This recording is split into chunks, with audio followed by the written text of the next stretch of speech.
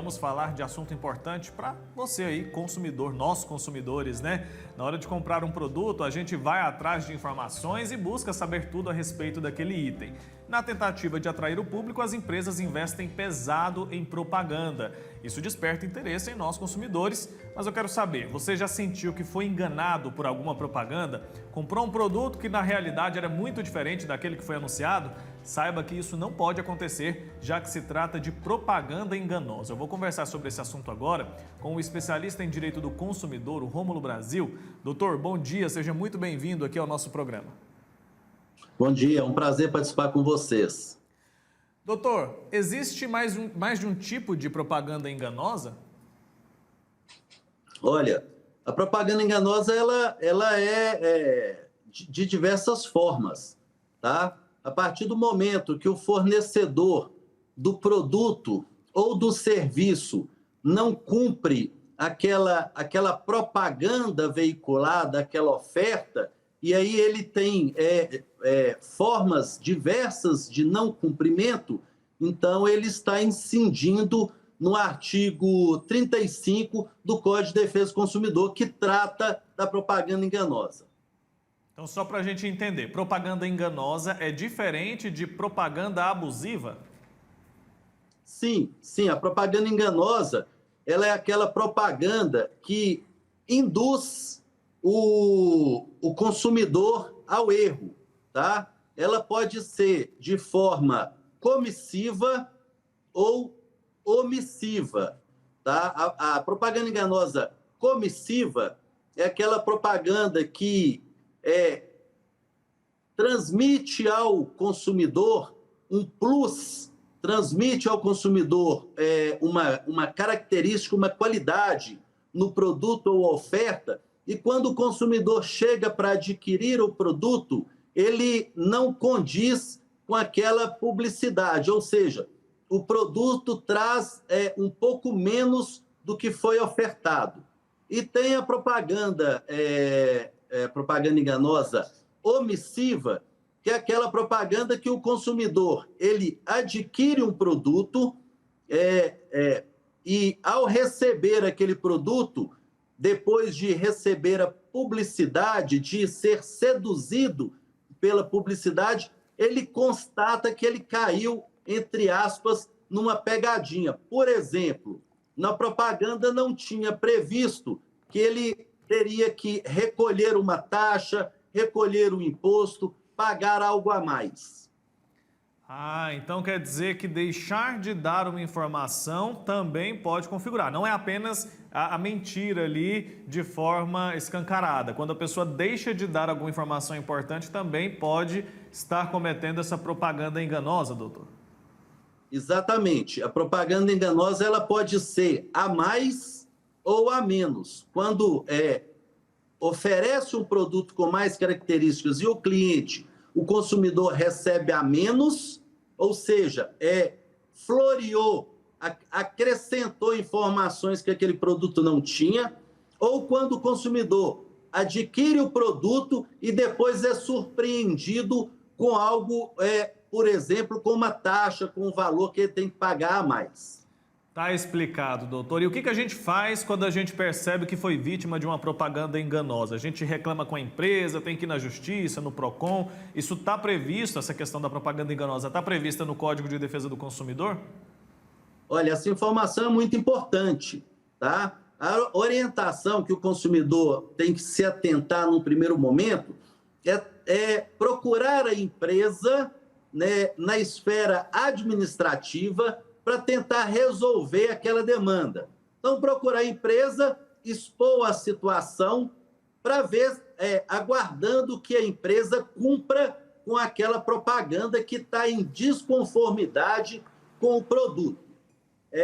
Caso a empresa se recuse ao cumprimento integral daquela propaganda, daquela oferta veiculada, o consumidor pode sim procurar o Poder Judiciário através do advogado da sua confiança ou até mesmo nas causas em que o valor não exceda 20 salários mínimos, ele poderá até mesmo ir direto ao Poder Judiciário, através dos juizados de pequenas causas da sua região, e pleitear ou o cumprimento integral daquela oferta ou a devolução do valor monetariamente corrigido.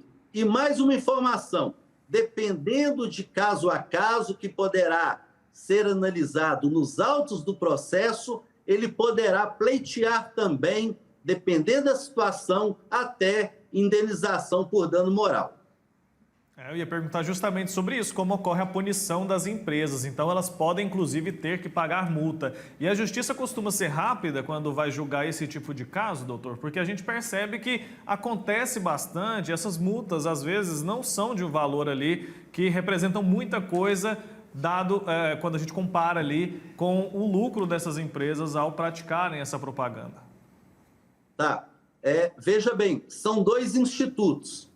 O primeiro instituto é quando o consumidor ajuiza uma ação no Poder Judiciário, seja no juizado sem a necessidade do advogado, nas causas até 20 salários mínimos, ou em causas de valor superior no Poder Judiciário, na Justiça Estadual Comum, ele vai pedir o cumprimento da oferta ou o valor corrigido e, dependendo do caso, poderá pedir também o pagamento de indenização para ele, de danos morais. Essa indenização ela é pecuniária, é um valor para indenizar, dependendo do caso, o dano moral sofrido. Agora, essa empresa que incorre em propaganda enganosa, ela poderá também, depois que o PROCON da sua região, da região daquele cidadão, daquele consumidor, investigar o caso, porque o PROCON tem poder fiscalizatório, o PROCON poderá atribuir uma multa à empresa. Tá? Então, o PROCON poderá atribuir uma multa de caráter pecuniário, em dinheiro, além de, dependendo do caso, aquela empresa poderá também incorrer em crime. Veja bem como que a propaganda enganosa é séria. E aí o crime, os responsáveis por aquela propaganda poderão sofrer a detenção de 3 meses a 1 ano, mais o pagamento da multa, conforme eu disse agora há pouco. Olha só, uma questão seríssima mesmo, hein, doutor? Na internet, existe alguma regra específica ou é igual? O consumidor fica mais exposto? A gente sabe que agora se popularizou muito essa forma de comprar. A que a gente precisa se atentar na hora de fazer uma compra pela internet? Olha, é muito bem lembrado, né? A compra da internet, ela tem sido a cada dia mais utilizado por todos nós, até porque todos nós, antes de profissionais das nossas respectivas áreas, nós somos também consumidores. Né? Agora, tem várias informações que vale a pena o consumidor ficar atento. Dentre elas, eu chamo a atenção para, ao acessar aquele link, o link para aquisição, para entrar no site da empresa e adquirir o produto, ele perceber se tem aquele cadeadinho na parte superior da tela ou, em alguns casos, na parte inferior. Aquele cadeadinho, ele traz uma certa segurança ao consumidor.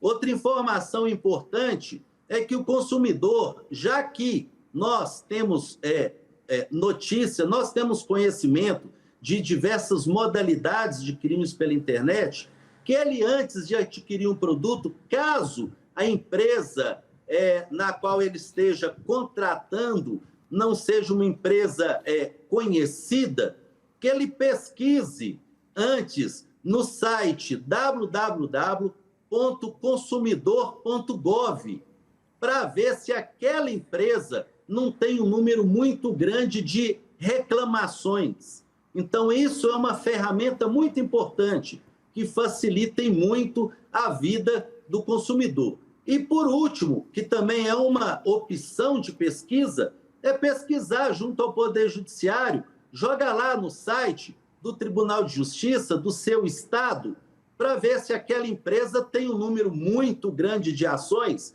e aí lá ele consegue ver, por exemplo, se em alguns casos, em alguns desses casos de ações judiciais, não estaria, por exemplo, o não cumprimento de oferta. Então, é muito importante o consumidor ficar atento a esses detalhes. A gente sabe que a lei garante a punição a quem pratica isso, mas é fundamental que o consumidor se proteja, né, se previna. Agora, induzir o consumidor ao erro usando, às vezes, uma mensagem subliminar também configura essa propaganda enganosa, doutor? Às vezes a empresa não mente, a empresa não omite, mas ela coloca ali um tom ambíguo naquela publicidade. Isso também pode ser configurado como propaganda enganosa? Sim, qualquer ação ou omissão que induza o consumidor ao erro pode sim ser configurado propaganda enganosa, tá? Qualquer publicidade, ela tem que ser clara, ela tem que ser de fácil compreensão, ela tem que ser completa para que o consumidor não caia em pegadinha, para que o consumidor não entre em situação que obscura. Tá? Então, a venda, o princípio da boa-fé, ele está implícito nessas relações comerciais. Tá? O Código de Defesa do Consumidor, ele se preocupou com isso. Então, a publicidade, ela tem que ser clara, sem pegadinha. Doutor, antes da gente finalizar, queria que o senhor explicasse para a gente rapidinho um pouco sobre a contrapropaganda, o que é e quando deve ser executada. É muito interessante esse Instituto da Contrapropaganda, porque em alguns casos a publicidade enganosa, ela pode não ser fruto de má-fé da empresa. Ela pode acontecer, por exemplo, num erro grosseiro da equipe de publicidade, da equipe de marketing, por um descuido, muitas das vezes. Então, a empresa, ao perceber que aquela propaganda que foi ao ar, que foi veiculada, independentemente do meio de transmissão, caso não tenha sido má-fé dela, ela poderá, de ofício, de imediato, sem que o Poder Judiciário obrigue, sem que o PROCON obrigue, ela poderá providenciar uma contrapropaganda, que é justamente isso que o nome traz para a gente, que é veicular outra propaganda informando e corrigindo, esclarecendo aquele erro da primeira propaganda. Isso o exime de responsabilidade, independentemente dele ter, do fornecedor do produto ou do serviço, ter constatado isso sem que houvesse qualquer reclamação, ou até mesmo em situações que ele não verificou, foi o consumidor e o procurou administrativamente, ele falou, opa, espera aí, não foi nossa intenção, eu vou corrigir, vou cumprir a oferta e vou providenciar uma contrapropaganda para que os meus consumidores, para os meus clientes não caiam nesse erro que não foi proposital. Tá certo, doutor Rômulo Brasil, muito obrigado pelo seu tempo aqui com a gente, especialista em direito do consumidor. Até uma próxima oportunidade, muito obrigado pelos seus esclarecimentos, tá bom? Muito obrigado, eu estou sempre à disposição. Um abraço.